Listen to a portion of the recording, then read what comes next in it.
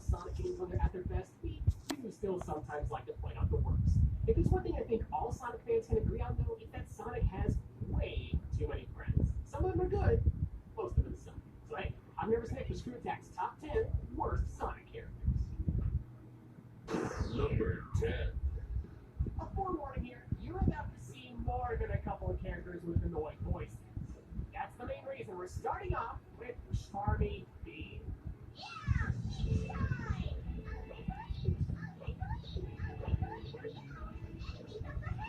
Have you had it up yet?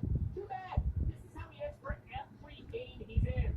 You'd think that him being a honeybee would be a blessing, since that means he's supposed to die after this one stage.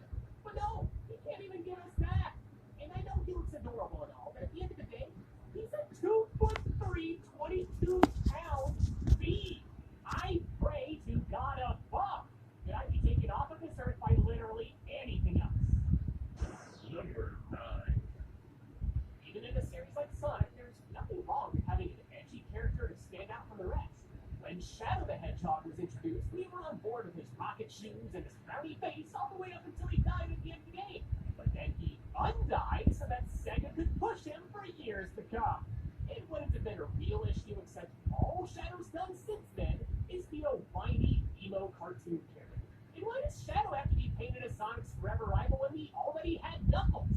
Shadow's pointless resurrection not only brought us one of the worst Sonic games ever, but he inspired legions of even edgier original characters. And while we're on that subject, Number 8. Sonic OCs. Your Sonic OC. Their Sonic OC. All of them belong here. Somewhere along the way, we all strayed from God's light and wound up in a world where horrors like these are littered across the internet. I mean, you know what they say, two heads are better than one, I guess. I don't think that's meant. The emeralds are stuck in a... No. I've never done drugs before.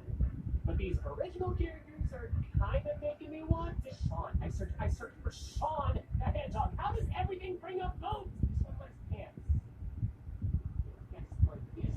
The only thing more unbelievable than Josh the Hedgehog getting rich after moving out of the ghetto is how much merchandise robot Josh the Hedgehog has. And the only thing crazier than a Josh the Hedgehog coffee mug is 3-headed Sonic. This one's just another garbage robot Sonic. Wait, that's real? Number 7. Sonic Adventure 2 has to have one of the very best opening levels of any game ever. There's just one thing that's objectively horrible about it. Oh, what's that? This guy will not shut up. He is so determined to pester you, he'll fly after you regardless of how much danger you're in. Oh, Chow is a lot like B from Skyward Sword. If B read every single one of his lines like that chubby kid from Up. It's like he thinks you're so much of an idiot that he has to talk down to you like you're 3. I will never understand why Sega keeps bringing back Omo Chow, but not the Chow Garden. Yeah, that's what you get. Number 6. Number 6. The main reason that Cream the Rabbit exists is just so that she can fly Amy around in Sonic here. To this day, that is still the most notable thing she's really done. Well, that and being insanely broken in her debut game, Sonic Advance 2. And does anyone else think it's weird that 6-year-old Cream is always in the same stuff as Rouge? I can understand Cream appealing to little kids, but Rouge appeals to, Dark Quarters and DeviantArt. Yep, I think we could all use a little bit of Jesus right now. And if that wasn't enough, same with me, boys and girls, Cream has annoying voice syndrome. How is it always so squeaky? Number 5. Sonic Adventure has aged like Jane for Jane. It was cool at the time, but looking back on it now shows us just how dumb we really were. But even in 1999, nobody was going to stick their neck out for Big the Cat. If you wanted to see the epic finale to Sonic Adventure story, you had no choice but to play through Big's missions, and we all know how those go. Fishing for stupid frogs forever. You know, the main people play Sonic the Hedgehog for. Not even John St. John, who originally voiced Big, likes the character. In fact, John hated Big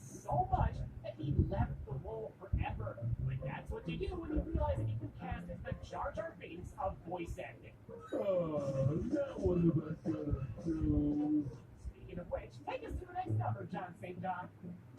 Number 4.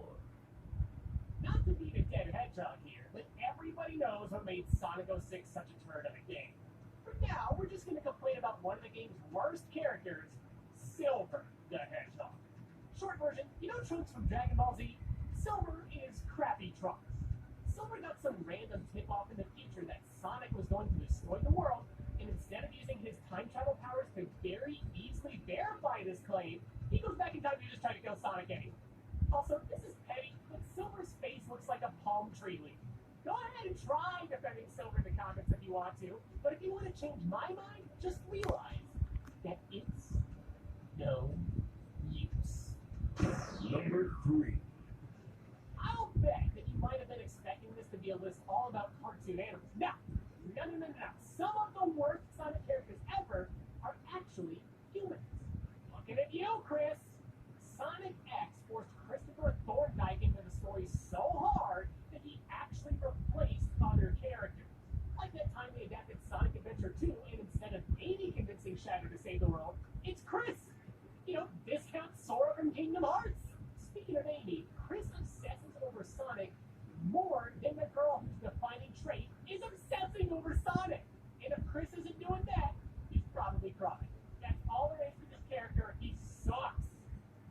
Number 2. Sonic Unleashed will always be remembered as that one Sonic game that was almost good.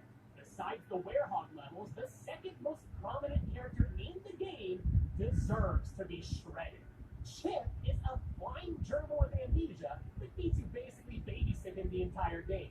That would have been bad enough without his annoying voice chiming in all the time, but what's even more annoying is that despite all of that, this thing is one of the most powerful characters in the entire universe. No, I'm not kidding. Chip is an immortal god of the planet whose twin brother wants to destroy the world. Yes, Chip. Freaking Chip is just as powerful as this snake thing that looks like the Kingdom of Cosmos from Katamari Dynasty. But you know what, I can see the resemblance a little. I think I have the same,